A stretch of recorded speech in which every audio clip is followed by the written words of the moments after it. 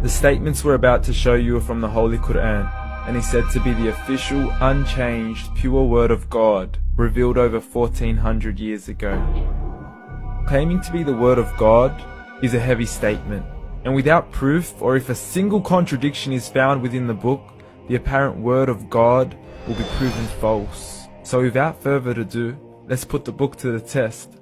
In the 23rd chapter, titled The Believers, from the 12th to the 14th verses, God is said to give a detailed description of how the human being is formed. It begins by saying, "We then placed him as a sperm drop in a place of settlement, firmly fixed. Then we made the drop into a alaqa." We will translate this word very soon.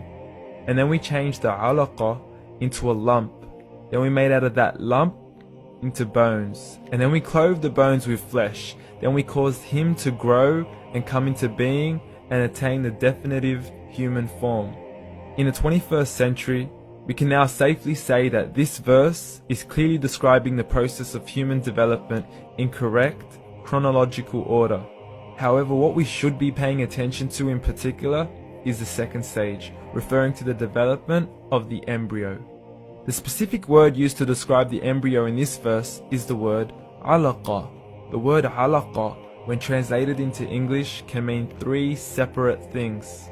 Firstly, a blood clot, or to be suspended, that is to be hanging or clinging to something, or thirdly and finally, a leech.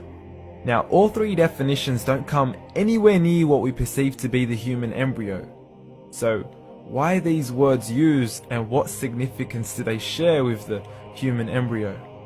Can the embryo be described as a blood clot? Well, what do you think? In the 3rd week of embryonic development, a tubular heart joins with the blood vessels to form a primordial cardiovascular system, and by the end of the 3rd week, the blood is circulating and the heart begins to beat on day 21.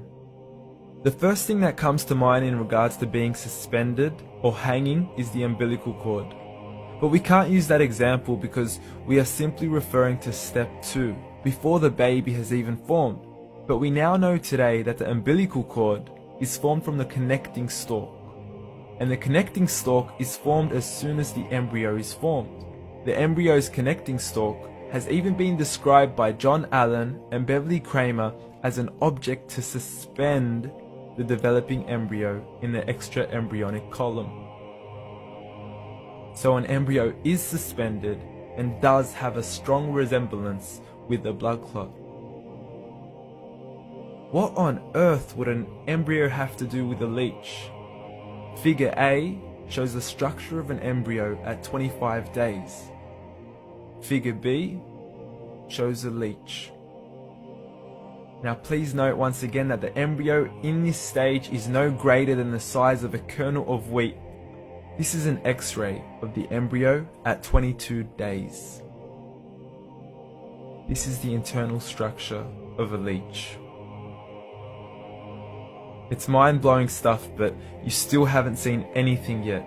This is the head of the embryo at 22 days.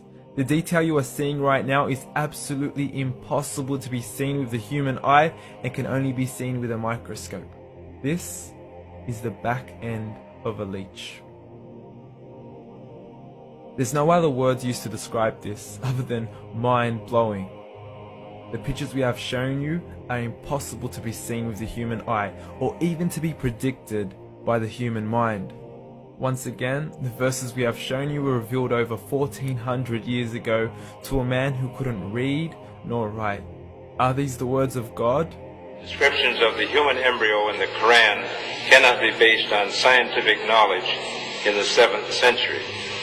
The only reasonable conclusion is that these descriptions were revealed to Muhammad from God, from God, from God, from God.